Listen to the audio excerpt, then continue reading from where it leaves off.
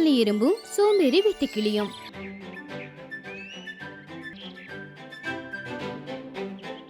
அடங்கப்பா, எனக்கு ஸ்ட்ராபெரி சாப்பிட கிடைக்கும்.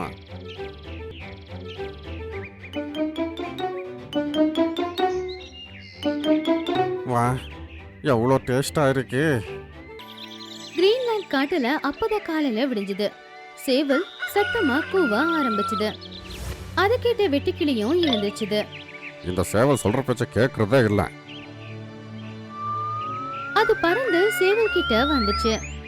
சேவல் அண்ணன், காலங்காத்துல எல்லாரையும் கத்தி கத்தின்னு எதுக்கு எழுப்பிக்கிட்டே இருக்க?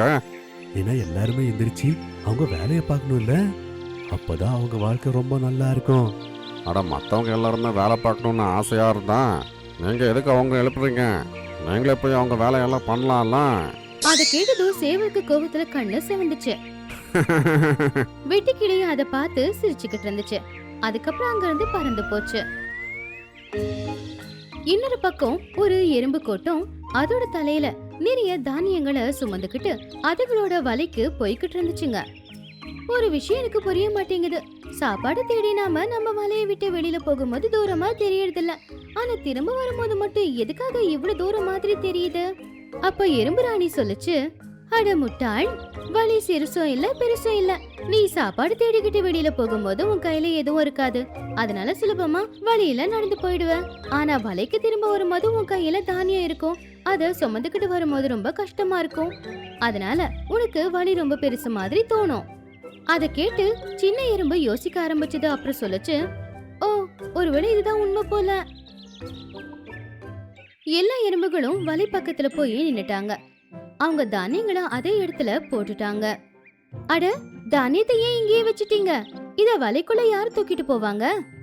ராணி, இப்ப இதை எல்லாத்தையும் சுமந்துக்கிட்டு உள்ள வைக்க போறது இல்ல, நாங்க உதச்சி தள்ளிதான் உள்ள வைக்க போறோம். ஐயோ, அப்படியெல்லாம் பண்ணக்கூடாது. அப்பதான் அங்க வெட்டுக்கிளி வந்துச்சு. அது உடனே அங்க 2 தானியத்தை எடுத்துருச்சு. அட, என்ன பண்ற? ஒன்றும் இல்லை, நான் உங்களுக்கு கொஞ்சம் வெயிட்டை கம்மி ஆக்கிட்டே இருக்கேன். அரே, என்ன பண்ற? வெட்டுக்கிளி அவங்க பேச்ச கேட்கல, 2 தானியத்தை எடுத்துக்கிட்டு பறந்து போச்சு. எறும்புகளோட உணவை அந்த வெட்டுக்கிளி எடுத்துட்டு போனதை பார்த்து எல்லாருமே வருத்தப்பட்டாங்க. அட, இந்த வெட்டுக்கிளி என் தங்கச்சிதும் சாப்பாடு எடுத்துட்டு போயிடுச்சு. கவலைப்படாதீங்க, எல்லார்கிட்ட இருந்தும் கொஞ்சம் கொஞ்சம் சாப்பாடு வாங்கி நீங்க 2 பேரும் சாப்பிட்டுக்கோங்க. அப்ப அவங்களுக்கும் பசி தீர்ந்த மாதிரி தான் இருக்கும். நீங்க 2 பேரும் பசியார சாப்பாடு சாப்பிடலாம். உங்களுக்கு ரொம்ப ரொம்ப நன்றி ராணியே. எல்லா எறும்புகளும் சாப்பாடு சாப்பிட்டுட்டு அதுக்கப்புறமா ஓய்வு எடுத்துக்கிட்டு இருந்துச்சுங்க. இன்னொரு பக்கம் வெட்டுக்கிளி ரொம்பவும் சந்தோஷமா திருடிட்டு வந்த உணவுகளை சாப்பிட்டுக்கிட்டு இருந்துச்சு. அடேங்கப்பா, திருடி சாப்பிட்டா அந்த ருசியே தனிதான். அடுத்த நாள் காலையில எறும்பு கூட்டம் அவங்களுடைய முதுகுல ஸ்ட்ராபெரிய சுமந்துக்கிட்டு அவங்களுடைய வலைக்கு போய்கிட்டு இருந்தாங்க.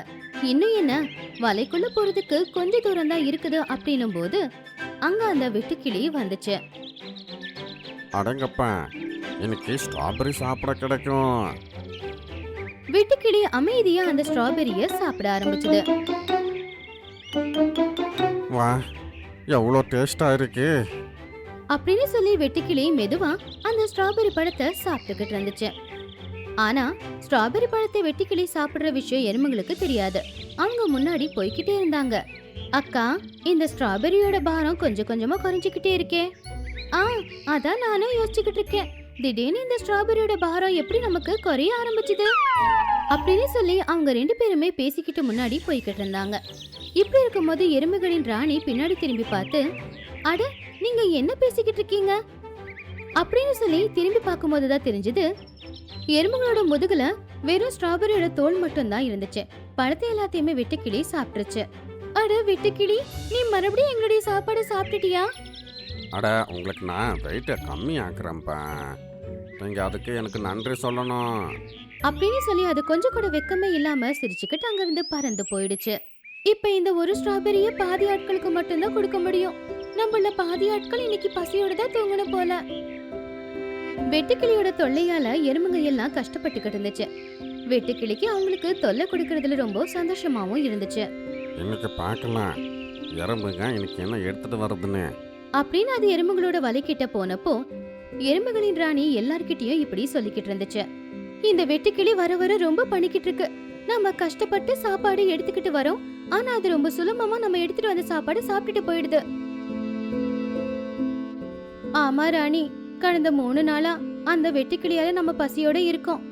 அந்த வெட்டுக்கிளி கிட்ட நம்மளால சண்டை போட முடியாது, ஆனா நம்ம சாப்பாடு அதுகிட்ட இருந்து காப்பாத்த முடியும்.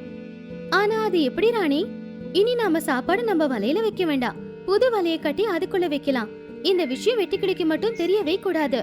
அடங்கப்பா, இதை முட்டாளுங்க என்கிட்ட இருந்து சாப்பாடு ஒழிச்சு வைக்க பார்க்குதா? பரவாயில்ல, நல்லா அவங்க ஒன்னாக்கட்டும். எல்லாருமே சாப்பாடு எடுத்துட்டு அந்த புத்துக்குள்ளே போகும்போது அங்கே என்ட்ரி போட்டு இவங்களுக்கு சர்ப்ரைஸ் கொடுக்க போகிறேன். அப்படின்னு சொல்லி வெட்டுக்கிளி சந்தோஷப்பட்டுச்சு. எறும்புங்க எல்லாரும் புது வழியில போய்கிட்டு இருந்தாங்க. அவங்களுக்கு தெரியாம வெட்டுக்கிளியும் பின்னாடியே போய்கிட்டு இருந்துச்சு. எறும்புங்க ஒரு தோட்டத்துக்கு போச்சு. அங்க நிறைய நாவப்பழங்களும் இருந்துச்சு. அடங்கப்பா, இவ்வளோ நவ்வாப்பழம் இப்போ சாப்பிட ஆரம்பிச்சோன்னா ஒன்றை மட்டும்தான் சாப்பிட முடியும். ஒன்று பண்ணலாம், எறும்புங்க எல்லாத்தையும் எடுத்துட்டு புது புத்துக்கு போகிற வரைக்கும் வெயிட் பண்ணலாம். இப்படி எல்லாம் ஒன்று சேர்த்த பிறகு அந்த புத்துக்குள்ளே நான் போயிடுறேன். அப்புறம் சிரிச்சுக்கிட்டே சொல்லுவேன், சர்ப்ரைஸ். எறும்புங்க எல்லாருமே அவங்க முதுகுல நாவப்பழத்தை சுமந்துக்கிட்டு அவங்களுடைய வலைக்கிட்ட போய்கிட்டு இருந்தாங்க. வெட்டுக்கிளி அவங்களுக்கு தெரியாம அவங்க பின்னாடியே வந்துகிட்டு இருந்துச்சு. பாவம், இவங்க எல்லாருமே என்னை ஏமாத்திக்கிட்டே இருக்கிற மாதிரி யோசிக்கிறாங்க. ஆனால் என்ன நடக்குதுன்னு எனக்கு தெரில. கொஞ்ச நேரத்துல எறும்புங்க எல்லாருமே அவங்களுடைய புது வலைக்கிட்ட வந்துட்டாங்க. அதுக்கப்புறம் ஒவ்வொருத்தங்களும் அந்த புது வலைக்குள்ள போய்கிட்டு இருந்தாங்க. என்ன புத்திசாலித்தனம்! இப்போ இந்த புத்துக்குள்ள நிறைய நவ்வாப்பழம் இருக்கு. இப்போ ரொம்ப நல்லா இருக்கும். அடுத்த கொஞ்ச நாட்களுக்கு நம்ம சாப்பாடு தேவை அவசியமே இல்லை. உள்ளே போய் நான் இப்போ கத்த போகிறேன். சர்ப்ரைஸ். அப்படின்னு சொல்லி அந்த வெட்டுக்கிளி அந்த வலைக்குள்ள போச்சு. அது வலைக்குள்ள போன உடனே அதோட முகத்துல இருந்த சிரிப்பு மறைஞ்சு போச்சு. அது ரொம்பவுமே ஆச்சரியப்பட்டுச்சு. கூடவே எறும்பு கூட்டமும் அங்கதான் இருந்துச்சு. எறும்புகளின் ராணி முன்னாடி நின்னுக்கிட்டு இருந்துச்சு. அவங்க பக்கத்துல ஒரு குருவி இருந்துச்சு. அந்த குருவி ஆசையா வெட்டுக்கிளிய சாப்பிடறதுக்காக பாத்துக்கிட்டு இருந்துச்சு. அப்ப எறும்பு கூட்டத்துல இருக்கிற எறும்புங்க எல்லாரும் சத்தமா சொன்னாங்க, சர்ப்ரைஸ். எறும்புங்க அப்படி சொன்ன உடனே குருவி வெட்டுக்கிளி கிட்ட போச்சு. ஐயோ கடவுளே! வெட்டுக்கிளி உயிரை காப்பாத்திக்கிறதுக்காக ஓடிக்கிட்டு இருந்துச்சு. குருவி அதை பின்னாடியே துரத்திக்கிட்டு போச்சு. இந்த எறும்புக்கு தான் ரொம்ப புத்திசாலியாக இருக்காங்க. நான் நினச்சேன் இவங்களுக்கு சர்ப்ரைஸ் கொடுக்கலான்னு, ஆனால் இவங்க எனக்கு சர்ப்ரைஸ் கொடுத்துட்டாங்களே. எறும்பு கூட்டம் அதை பார்த்து சிரிச்சுக்கிட்டு இருந்துச்சுங்க. குருவியும் வெட்டுக்கிளியும் எறும்பு கூட்டத்துல இருந்து ரொம்ப தூரம் போயிட்டாங்க. கடவுளுக்கு நன்றி. ராணி, உங்களாலதான் இன்னைக்கு இந்த வெட்டுக்கிளி கிட்ட இருந்து எங்களுக்கு விடுதலை கிடைச்சிருக்கு. இங்க பாருங்க, நாம நம்மளுடைய அறிவை சரியா பயன்படுத்தினோம்னா எந்த பிரச்சனைக்கும் தீர்வை கண்டுபிடிக்க முடியும் நம்மளால.